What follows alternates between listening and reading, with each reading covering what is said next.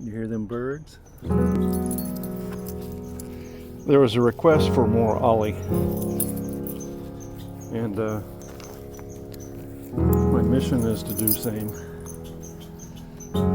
Those birds haven't pushed south yet, although we haven't been getting the purported cold snap that the rest of the nation's getting. I see that mass migrations of birds at around the 1,700 foot level across the nation. Ollie is doing splendidly. He really is. I've said this before, but it's fun to hear it out loud. By day 4, he had himself completely potty trained. He peed in the house like 6 times on the same rug, which has been washed 24 times. Come. He knew his name by like day 7, and he could distinguish it from Ellie. So Ollie and Ellie are 2 different words, and they know it. He sleeps through the night. If it wasn't for Ellie waking up at 5 a.m., he'd probably still be sleeping. But luckily, I'm an early riser, so we've been here about 103 or 4 days, and we're fixing to do the 30-day countdown starting today.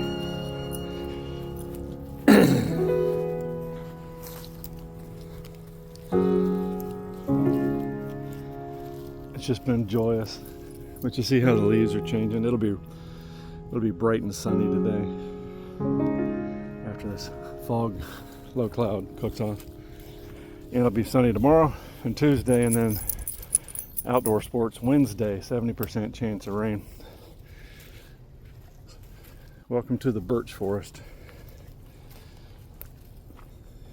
Little Prince. He's just a doll. He gets better every day. Mostly we're happy he's not beating up on Ellie so much. And she said this 24 times. She's so sweet, she doesn't bite him or remind him who's boss, and that's actually a problem. He's 37 pounds-ish. Actually, tomorrow we weigh him. He'll probably be 40. He, when we got him at 8 weeks of age, he was 7 whole pounds. Just an amazing creature. We're so blessed. I think I told the story. Sherba picked him out of a litter of 7 males, and he was by himself, and that's why she picked him. I didn't say anything, but I'm like, well, he's probably by himself because he got a screw loose.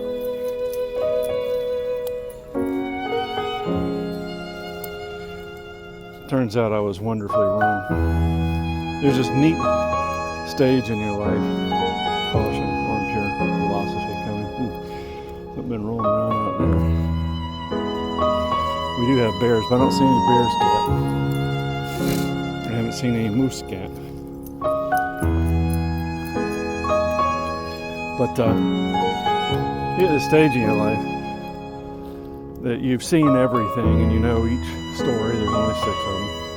You know, boy meets girl, boy loses girl. Story number 1. Boy meets girl, boy loses girl. Story number 2. Boy meets girl, boy loses girl, boy gets bored. But you see what I'm saying? So you have preconceived ideas about what you think is going to happen in a situation, and generally it's negative. I'm just so pleased that I'm enjoying being wrong. Now, those are words you'll never hear an engineer say. They won't even hint to it, but yeah, love it when I'm wrong. Ollie Bain, come. Good boy, Ollie. You little maniac. I think a skunk or a fox pees in the middle of the road back there. They love that spot. What a doll. What a doll. So today's menu, we'll be heading to Loring Air Force Base. There'll be pictures, maybe a slideshow on that. There's a museum up there. It was a SAC base in the 50s and went through 94 when it got closed down. And that was the end of that. And they've been trying to revive it ever since, but it's dead. Let's see what he does here. This is our usual turn. This is the first time I've had him by myself off lead. Hey, Mr. Smelly Smell. Ollie Bang, come. He's scared of me. He reacts right away. That's actually not true at all. His mother, oh my goodness, she strikes fear in everybody. Come on. This is new to him. So, yeah, Strategic Air Command Base during the Cold War. They had nukes, and actually they dropped one out of the belly of it was either is it a B-39 was bigger than a B-52? Anyway, they had dropped one right out on the tarmac, and it mashed 6 of the 7 or 8 "Dear Jesus, don't blow up" switches. And everybody in this geographic area got insanely lucky that they weren't blown to bits. I forget how many broken arrows there were, but there's like one in Georgia where they actually never did find that bomb. It went into a swamp and never be seen again. One off the coast of Spain, or in Spain, off the coast of Spain. A bunch of them. It's just amazing. None of them lit the universe up. But anyway, there's a little museum there that'll only take a few minutes to go through. Our friends Ralph and Helen are going to drive us up there today. We're going to have lunch, go see the little museum, and call it a day. And then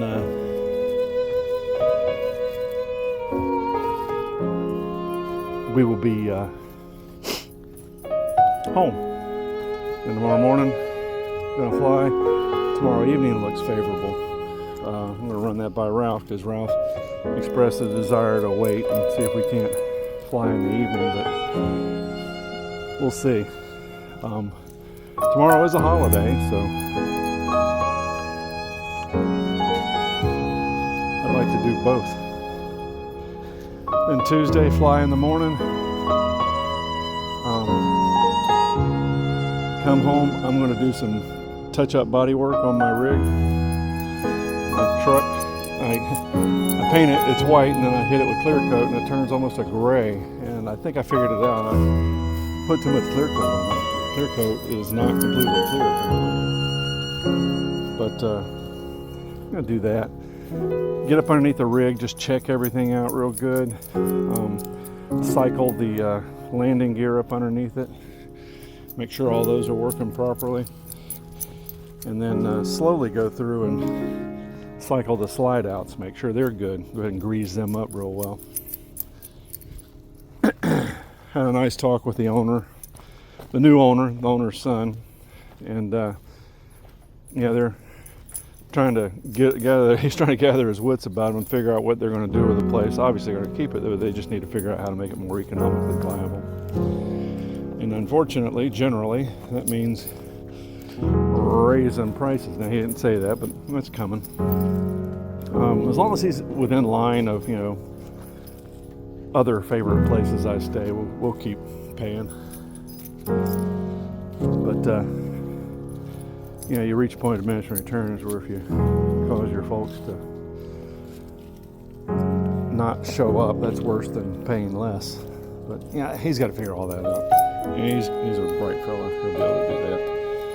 We're coming up next year. Although my son, he's threatening still to propagate the species. Him and his wife. So if they get pregnant within the next couple of months, travel season, so we'll see how that goes. I'll play all that by ear. We've been real lucky. We have been able to go and hit just about every conceivable perpetually furrowed brow.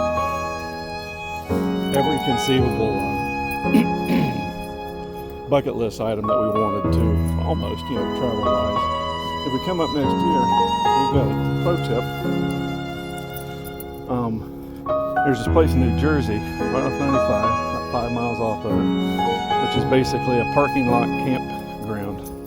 And within walking distance, and I'm talking about just a few feet, you can hop on public transportation that'll take you into the city. Take you into Union Station, and then you can do whatever you want from there. So the idea would be to see if Ollie can do an Ellie and tolerate being by himself for about 6 or 8 hours, which I think he will be next year, no problem. He's going through the night. He goes from about 7 o'clock in the evening to about 5 o'clock in the morning without needing relief. So that's huge. He's never once pooped or pottied in his puppy crate, his den.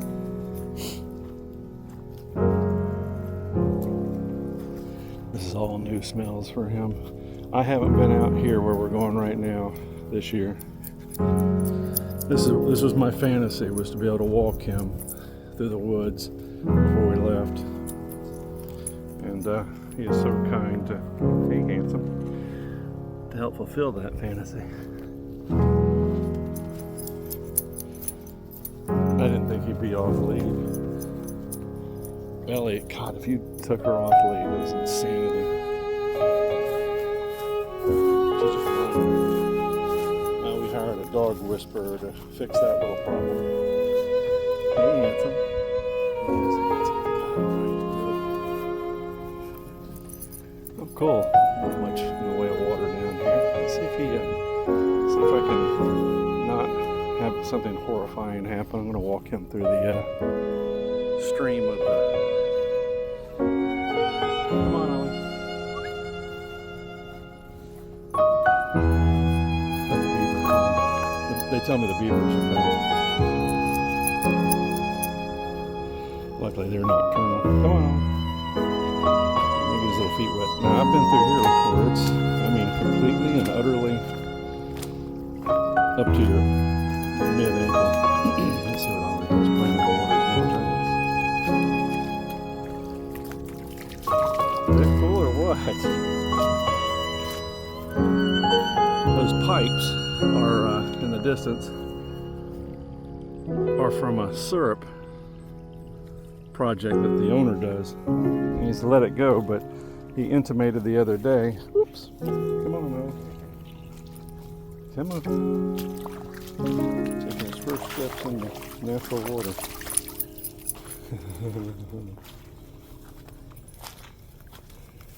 Come on.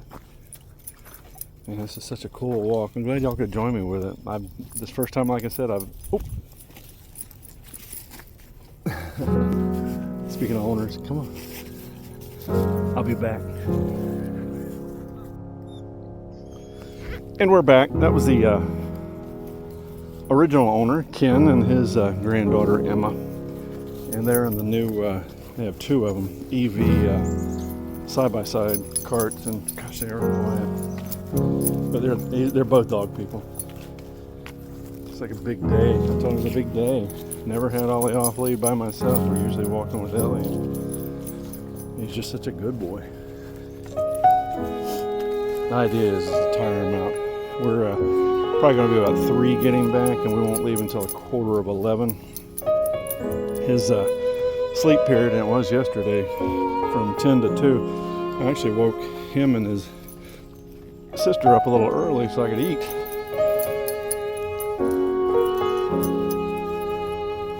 It's just beautiful. Well, that's all the stuff that's worth knowing. Recap. Going to go flying tomorrow morning, maybe tomorrow evening as well, or later in that day, because it's a holiday.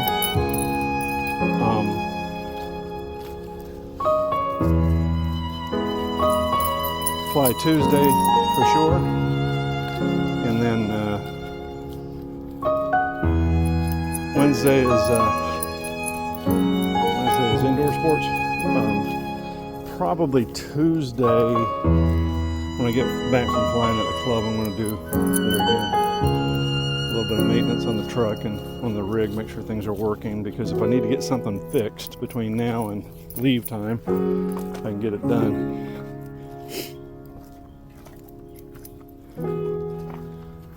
Come on. Hey. Come on. Good boy.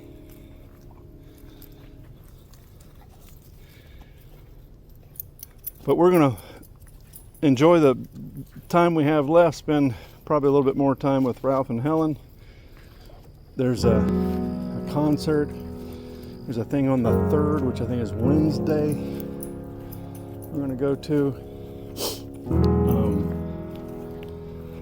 Believe it or not, I got to get a haircut. Probably going to wait until the bitter end, wait until like mid-September. I'll only have to maybe get one haircut while I'm gone.